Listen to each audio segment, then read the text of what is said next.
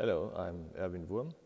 You're in my studio right now, and I would like to go around and show you what I'm doing and talk about this a little bit.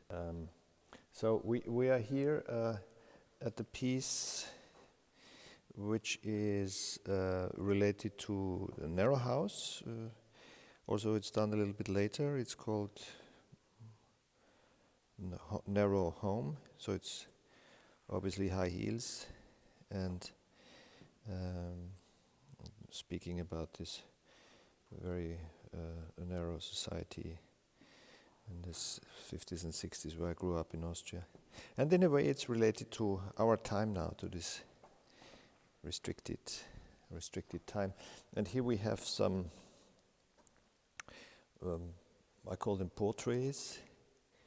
It's abstract forms combined and related to daily life objects.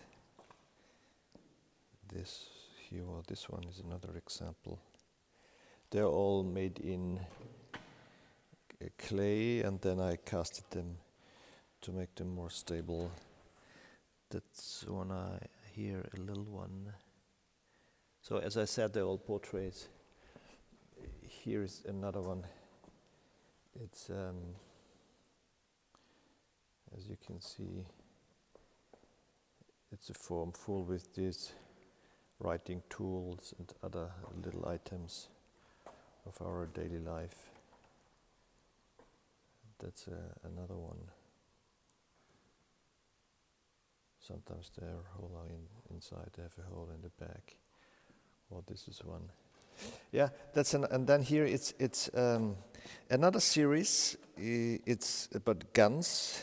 You know, our world is full of guns, and it's how I would like to see the guns in this very specific way, which is you think it doesn't need to be explained. And there's another gun over here. Some are white, and some have, as I can show you here. Some are made in metal. It's a golden gun, you remember? James Bond, the Golden Cold. Or here, another one, a Beretta. Oh no, this one was a clock. You know, in Austria, clock is produced. And then I would like to show you a series which I started also some years ago. It's related to human body parts and abstract forms, so I'm very much going slowly into this abstraction, which I like. It's these pieces. It's ceramics,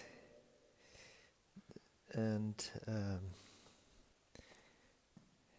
they have parts of isolated parts in this way. For example, hands on it, or that's the one with a lip on it. So I like this kind of glaçure very much. Another one is over there.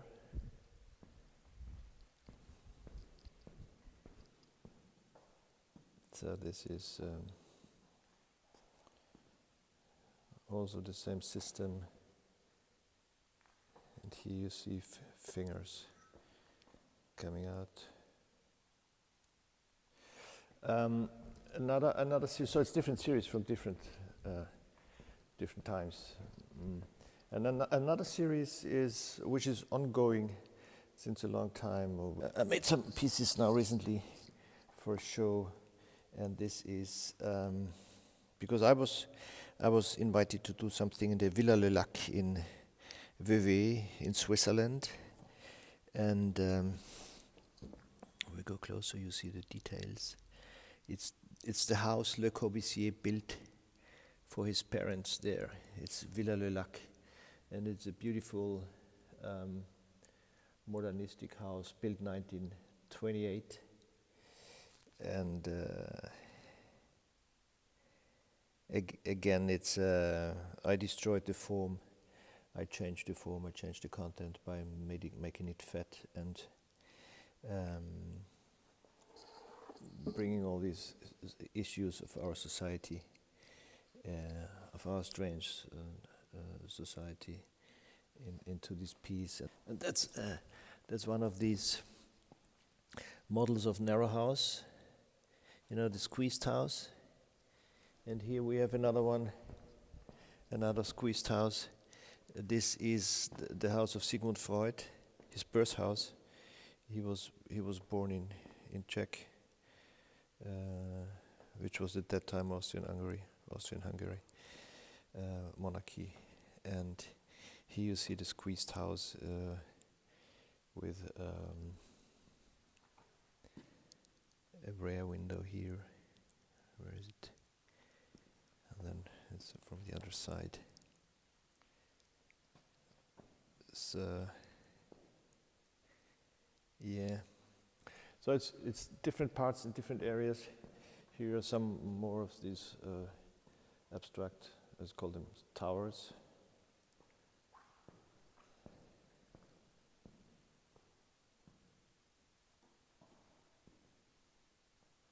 Okay, so this was a short overview of things what I have here in the studio. Oh, something else, at the very last. This is good for the times right now. It's actually a bar. So it's a bottle holder, you can take it out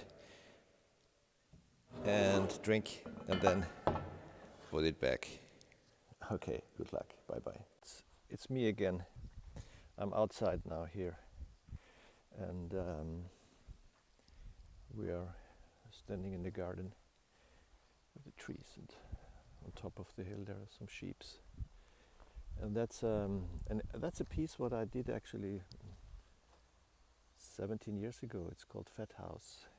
It's reflecting a society, our society, where nobody could have enough, it seems, and all our desires and our longings were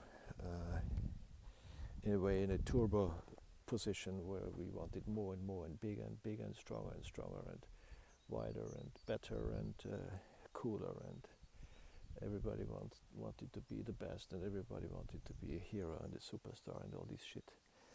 And I must say this was such a...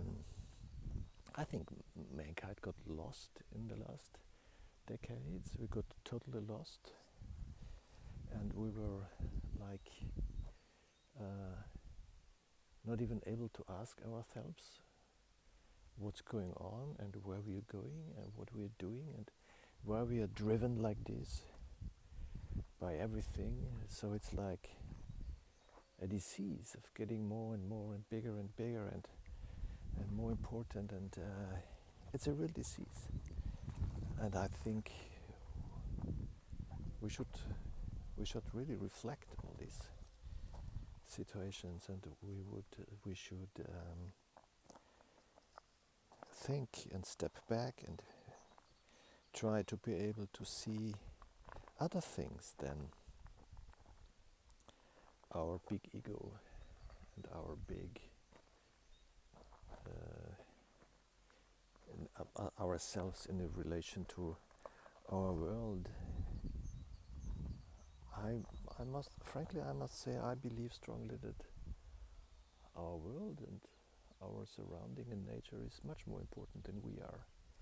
But we turned everything around, so it made us the most important ones. And when you see what was going on and how sick our society became, we destroyed the world by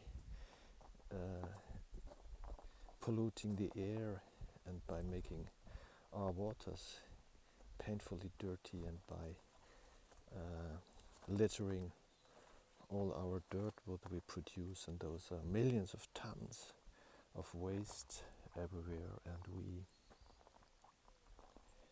were perverting how we treat our treatment with animals, and we were perverting our relation to ourselves, to the others, and the others in us and the others outside of us.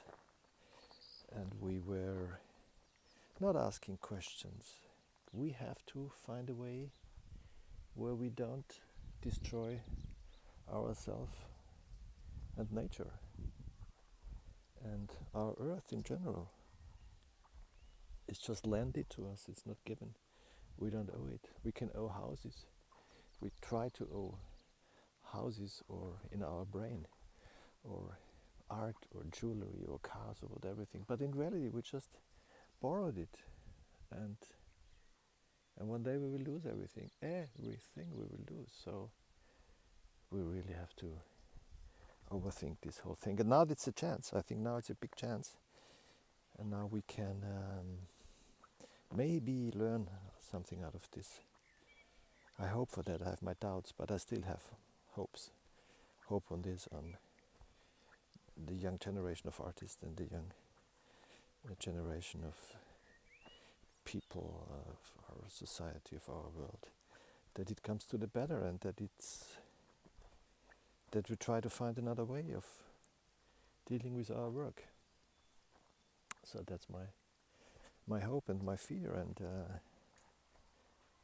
yes.